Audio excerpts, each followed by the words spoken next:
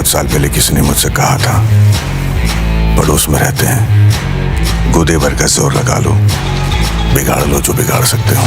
जब से ये फिल्म रिलीज हुई है तब से इंटरनेट पे अलग सा ही माहौल बन रखा है। हर तरफ इसके ही चर्चे जोरों शोर से चल रहे हैं, जिसमें एक तरफ रणवीर सिंह है तो दूसरी तरफ आदित्य धर का रॉ हार्ड रेटिंग सिनेमा देखने को मिलता है। तो वहीं पे हमें कुछ लोग ऐसे भी देखने को मिलता है जो इस फिल्म को काफी क्रिटिसाइज कर रहे हैं। जैसे कि कुछ लोग बोल रहे हैं ये फिल्म बेकार, ये प्रोपेगेंडा बोल रहे हैं। पर सवाल यहाँ पर ये है क्या ये फिल्म सच में बेकार है या फिर हमें फाइनली वो रियलिटी दिखाई गई है जो आज तक बॉलीवुड में नहीं दिखाई गई। इस रिव्यू में आपको सब कुछ चलेगा पता कि ये फिल्म कितनी सिनेमेटिकली कितनी जबरदस्त है। तो बिना की देरी के चलिए स्टार्ट करते हैं। ये नया हिंदुस्तान है, घर में घुसेगा और मारेगा भी। रणवीर सिंह की धुरंधर ये बोल कर दिखाने का दम भी रखती है। सबसे पहले बात करते हैं फिल्म की कहानी की। फिल्म स्टार्ट होती है कंधार हाईजैक से, जब 1999 में तत्कालीन सरकार के बंधकों को छुड़ाने के लिए 3 आतंकियों की रिहाई करनी पड़ती है। कहानी शुरुआत यहीं से होती है। इस वारदात के बाद आईबी चीफ अजय सन्याल, जो कि आर माधवन है, ईंट का जवाब पत्थर से देना चाहते हैं, मगर सरकारी पचड़ों के कारण उनके हाथ बंधे हुए होते हैं। पर जब आतंकवादी देश की संसद को निशाना बनाते हैं तब सरकार को अजय सन्याल का ऑपरेशन धुरंधर की याद आती है, जिसे वो हरी झंडी दे देते हैं। इस ऑपरेशन के लिए हमजा, जो कि रणवीर सिंह को चुना जाता है और अफगानिस्तान के रास्ते से पाकिस्तान में अपनी घुसपैठ करता है, और मोहम्मद आलम, जो कि गौरव है, उनके जरिए वो बलूच समुदाय के खौफनाक गैंगस्टर रहमान डकैत, जो कि अक्षय खन्ना के करीब पहुंचता है। हमजा एक गैंग वॉर में रहमान डकैत के बेटे की जान बचाकर उसका खासम खास बनना चाहता है। वह सरहद पार लाहौरी क्षेत्र के गैंग वॉर की परतों को उधेड़ने का काम पर लग जाता है। वह मिशन के दौरान सत्ता के लालची नेता जामिल यामरी, जो कि राकेश बेदी की बेटी, जो कि सारा अर्जुन, को भी अपने मकसद में इस्तेमाल करता है। हमजा और एलेनी का निकाह हो जाता है, लेकिन इस मिशन में आगे उसका सामना होता है आईएसआई चीफ मेजर इकबाल, जो कि अर्जुन रामपाल है, जो कि उसकी आंखों के सामने 26 घर का हमला करवाता है। उधर कुर्सी को बचाने के चक्कर में जामिल यामली एसपी चौधरी असलम का सहारा लेता है, जो कि संजय दत्त है। वहीं पर एसपी चौधरी असलम रहमान को खत्म करने का ऑफर देता है। असलम बलूचों का सबसे बड़ा दुश्मन है। अब हमजा ने दुश्मन के किले में सेंध तो लगा दी है, उसके नेटवर्क को खत्म करने की शुरुआत भी कर दी है, लेकिन क्लाइमेक्स में एक ऐसा मोड़ पर पहुंचता है जहां फिल्म सेकंड पार्ट का खुलासा करती है। धुरंधर की सबसे बड़ी ताकत है कि उसका रॉ और अनफिचिंग प्रेजेंटेशन। बहुत से लोग बोल रहे हैं फिल्म की स्टोरी टेलिंग और ट्रीटमेंट बहुत ही डिफरेंट है। यहाँ तक ऋतिक रोशन ने भी इंस्टाग्राम पोस्ट पर बोला कि मूवी अच्छी है पर पॉलिटिक्स पसंद नहीं आई, पर ट्विटर पर उन्होंने ऐसा कुछ भी नहीं कहा। तो ऋतिक जैसा बड़ा स्टार भी सिनेमैटिक ब्रिलियंस को मान रहा है। फिल्म में जो रियलिटी दिखाई गई है जो अभी तक देखा नहीं गया था। बहुत सी पिक्चर के अंदर हमें रॉ एक्शन और आईएसआई का लव एंगल भी देखने को मिलता है, पर इस मूवी के साथ ऐसा कुछ भी नहीं है। इस मूवी में आपको डिफरेंट प्लॉट और डिफरेंट प्रेजेंटेशन आपको देखने को मिलती है, जो कि आज तक आपने कहीं नहीं देखी होगी। उरी द सर्जिकल स्ट्राइक के बाद आदित्य धर ने एक बार फिर साबित कर दिया कि वह कॉम्प्लेक्स नैरेटिव को ग्रैंड स्केल पर कैसे पेश करते हैं। फिल्म का स्केल बहुत बड़ा है, एक्शन सीक्वेंस इंटरनेशनल स्टैंडर्ड को सेट करती हैं और वीएफएक्स भी टॉप नॉच हमें देखने को मिलते हैं। उन्होंने सेंसिटिव सब्जेक्ट को हैंडल करने में जो हिम्मत दिखाई है वो काबिले तारीफ है। फिल्म सवाल उठाती है और ये ब्रेवरी भी दिखाती है। अब बात करते हैं परफॉर्मेंसेस की। सबसे पहले बात करते हैं रणवीर सिंह की। रणवीर सिंह नॉर्मली एनर्जी का ब्लास्ट देखने को मिलता है और यहाँ पे उनकी एनर्जी एकदम फोकस्ड रहती है।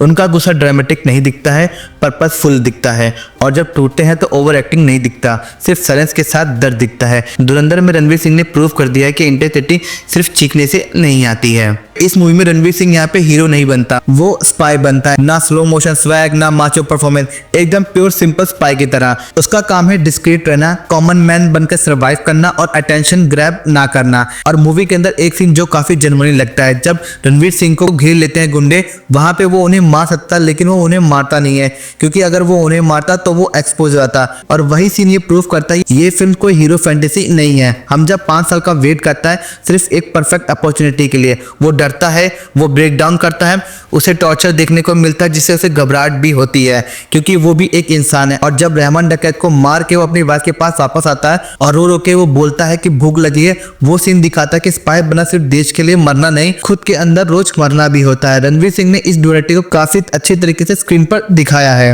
और वहीं बात करते हैं अर्जुन रामपाल की। अर्जुन रामपाल कैरेक्टर ज्यादा बोलता नहीं है, क्योंकि उसे बोलने की जरूरत ही नहीं है।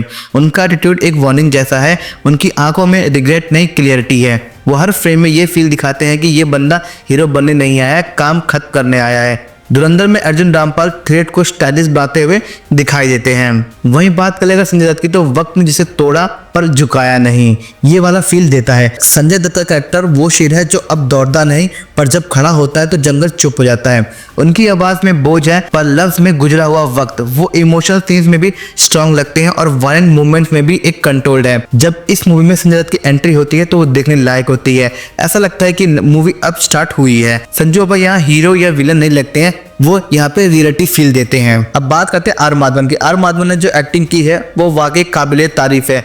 इनकी हर एक मूवी में इनका एक अलग कैरेक्टर या फिर अलग एक रूप देखने को मिलता है। इस मूवी में इन्होंने अजीत डोभाल जी का रोल निभाया है जो कि काफी शानदार है। आर माधवन का जो टाइम था वो थोड़ा कम था, इसको बढ़ाते तो और भी अच्छा होता, पर जितना भी था और जितनी बार भी स्क्रीन पर आए इन्होंने कमाल ही कर दिया है। अब बात कर लेते हैं उस एक्टर की जिसने तारीफ से ही बटोरी है। मूवी में सिर्फ यही बंदा दिख रहा है जिसे लोग देखने के लिए पहुंच रहे हैं। मैं बात कर रहा हूं अक्षय खन्ना की। बोलते हैं कुछ एक्टर्स लाउड होने की जरूरत नहीं होती, बस स्क्रीन पर खड़े हो जा और साइलेंस भी बोलने लगता है। अक्षय खन्ना एग्जैक्टली वही करते हैं धुरंधर मूवी के अंदर। इस मूवी में अक्षय खन्ना ने कोई ओवर एक्टिंग नहीं की है और कोई अननेसेसरी डायलॉग भी नहीं छेपा, सिर्फ प्रेजेंस ने ही गेम पलट दिया। उनकी एक्टिंग का सबसे स्ट्रांग पॉइंट है कंट्रोल, ना ज्यादा एक्सप्रेशन ना ड्रामेटिक रिएक्शन, फिर भी सीन्स के अंदर एक डेंजर फील होता है। जो आंखों से बात करना होता है ना, अक्षय खन्ना वो काम बिना एक एक्स्ट्रा डायलॉग के कर देते हैं। उनका काम फेस, मेजर बॉडी लैंग्वेज और स्लो बर्न इंटेंसिटी मूवी को नेक्स्ट लेवल पर ले जाता है।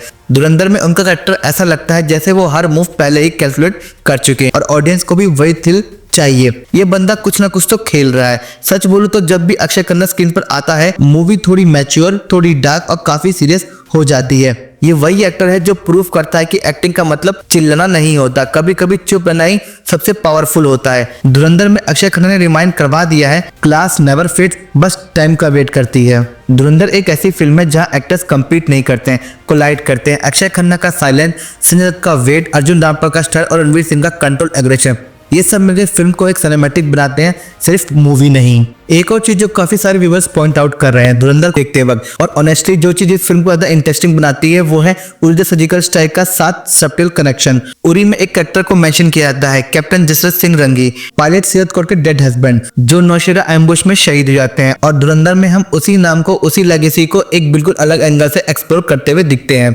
अब यह टाइमलाइन मैच नहीं होती क्योंकि धुरंधर सेट होती है 2003 में जबकि उरी सेट है 2016 के अराउंड, तो ये फुल फ्लैश क्रॉसओवर नहीं लगता है, ज्यादा एक इंटेंशनल रेफरेंस दिया गया है, एक शेयर्ड सिनेमैटिक मेमोरी जैसा फील देने के लिए। और ऑनेस्टली ये चीज सिर्फ एक चीज प्रूव करती है, फिल्म मेकर को एग्जैक्टली पता है वो क्या कर रहे हैं। जैसे आप धुरंधर के साथ हर सेकंड में आगे बढ़ते हो आपको दिखता है एक डायरेक्टर कॉन्फिडेंस। ये फिल्म कोई जल्दीबाजी में नहीं बनाई गई है, ये फिल्म रिसर्च, पेशेंस और कन्विक्शन से बनी है। आदित्य धर ने स्पाई जॉनरा में एक बहुत ही बोल्ड स्टेप लिया है। सच बोलो तो हिंदी सिनेमा में इतनी वेल क्राफ्टेड फिल्म मैंने काफी टाइम से नहीं देखी। फिल्म खत्म और जनरली मन में ये थॉट आया कि सेकंड पार्ट भी चला दो यार, मैं बैठ के देख लूंगा। लिटरली यही माइंड में चल रहा था क्योंकि धुरंधर की कहानी फिक्शनल नहीं है, उसकी रूट्स रियल इंसिडेंट और ग्राउंडेड है।